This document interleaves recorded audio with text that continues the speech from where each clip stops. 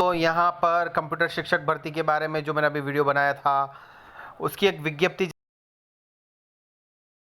जारी हो चुका है। सारी चीज़ें क्लियर हो चुकी है कि कंप्यूटर शिक्षक भर्ती जो राजस्थान में होगी, संविदा बेस पे होगी और कितने पद होंगे, क्या पूरी जानकारी मैं आपको बताते हैं और इसका मतलब क्या है, मायने क्या है। पहले उपेंद्र यादव का ट्वीट देख लेते हैं। उपेंद्र यादव क्या लिख रहे हैं। माननीय मुख्यमंत्री अशोक गहलोत जी, पिछले कई सालों से हमारा संघर्ष कंप्यूटर भर्ती के लिए चल रहा था। हमारी एक और मांग मानने के लिए आपका बहुत बहुत आभार एवं धन्यवाद, लेकिन संविदा पर भर्ती निकालने के निर्णय से बेरोजगार बिल्कुल भी खुश नहीं है। आपसे हाथ जोड़कर निवेदन है कि कंप्यूटर भर्ती नियमित की जाए। ये उपेंद्र यादव का क्या कहना, यही कहना है। साथ ही 3.5-4 लाख बेरोजगार जो कंप्यूटर डिग्री धारी, डिप्लोमा धारी राजस्थान के हैं, उन सब का यही कहना है। उन लोगों ने आंदोलन भी चलाया। 20 दिन हो गए वर्चुअल धरना प्रदर्शन, ट्विटर पे ट्वीट, कमेंट्स, माहौल बनाया। उन्होंने एआईसीसी में ज्ञापन भी दिया सोनिया जी गांधी जी के नाम, राहुल गांधी जी के नाम, प्रियंका गांधी जी के नाम।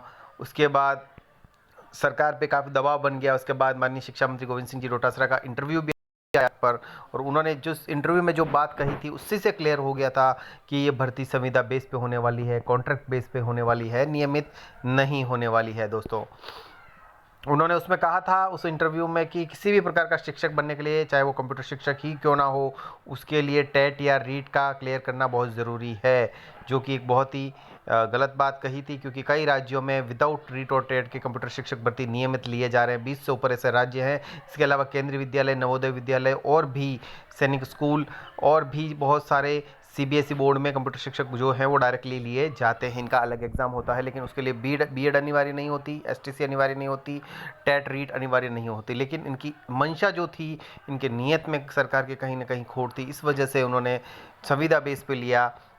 आइए मैं आपको सुना देता हूँ। सबसे पहले कंप्यूटर शिक्षकों के नए कोटा की घोषणा हो गई है। 10,453 पद सृजन करने की बात है। अब एक एक पॉइंट पे मैं आपसे बात करूंगा। इमरजेंसी में गहलोत साहब ने निर्णय तो ले लिया, विज्ञप्ति जल्द आ जाएगी, संविदा बेस पे भर्ती होगी, लेकिन इसका मायने क्या है। आखिर भर्ती को लेकर बड़ा आंदोलन हुआ, लेकिन सरकार ने संविदा पर पे ही क्यों ले रही है, इसका आखिर मतलब क्या है। इस वीडियो में मैं आपको वो बात सुना। 19 जून की आज बिग अपडेट ये है कि सरकार का फैसला तो आ गया है, कंप्यूटर टीचर विज्ञप्ति भी एक तरह से आ गई है, लेकिन संविदा पर होगी कंप्यूटर शिक्षक की भर्ती। अब ये रही मेरे पास विज्ञप्ति। मुख्यमंत्री का महत्वपूर्ण निर्णय, कंप्यूटर शिक्षकों के नए कैडर के लिए 10,453। पहले बात तो पद 4,453 पद का सृजन है। संविदा आधार पर आवश्यक तत्काल भर्ती है, इमरजेंसी तुरंत ली जाएंगे, उसकी स्वीकृति हो गई। अब बात इसका मतलब क्या है। मतलब ये है, संविदा बेस पे कॉन्ट्रैक्ट बेस में होने का मतलब ये होता है कि सरकार चाहे जब आपको निकाल सकती है, चाहे जब रख सकती है, चाहे तो आपको नियमित कर सकती है।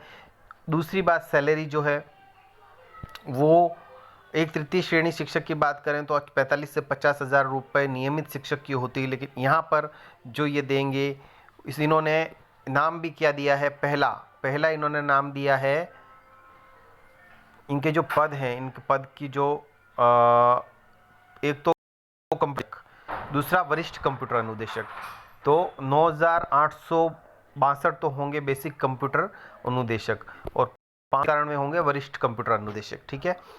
अब इनकी जो योग्यता है वो इन्होंने जो सूचना सहायक के समकक्ष इन्होंने रखी है कंप्यूटर अनुदेशक की, और वरिष्ठ कंप्यूटर अनुदेशक की जो है वो भी योग्यता सहायक प्रोग्रामर जो होते हैं सूचना प्रौद्योगिकी विभाग में, उनके समकक्ष रखी है, उनके समान रखी है। ठीक है। अब मतलब क्या हो गया कि एक तो यहाँ पे सैलरी की बात करते हैं। सैलरी जो इन्होंने बताई है वो ये बताई है कि नियुक्ति के दौरान बेसिक कंप्यूटर अनुदेशक, पहला पद है बेसिक कंप्यूटर अनुदेशक, जिसकी इन्होंने सैलरी बताई है 18,500 रुपये प्रति माह, एक माह की। दूसरा है वरिष्ठ कंप्यूटर अनुदेशक, जिसकी सैलरी इन्होंने बताई है 23,700। और तीसरी जो इन्होंने बताई है, पदोन्नति पर आने वाले वरिष्ठ कंप्यूटर अनुदेशक जो होंगे, कंप्यूटर अनुदेशक, वरिष्ठ कंप्यूटर अनुदेशक दो तरीके से लिए जाएंगे।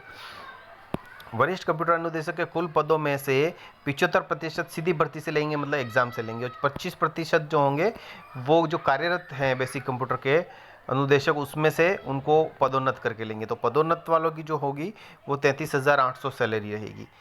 अब इसका मतलब क्या है, कहीं अपना हाल कंप्यूटर शिक्षकों का, अनुदेशकों का वो ना हो जाए जो सीएचओ का है। कम्युनिटी हेल्थ ऑफिसर सीएचओ की जो संविदा बेस पे भर्ती हुई, 25,000 रुपये सैलरी मंथली देने की बात हुई, लेकिन उनको आज भी सैलरी 7,900 रुपये मिल रही है। 5 साल बाद उनको परमानेंट किया जाएगा नहीं किया जाएगा वो भी ज़रूरी नहीं है, पहला। दूसरा, हमारी हालत पंचायत सहायकों जैसी ना हो जाए।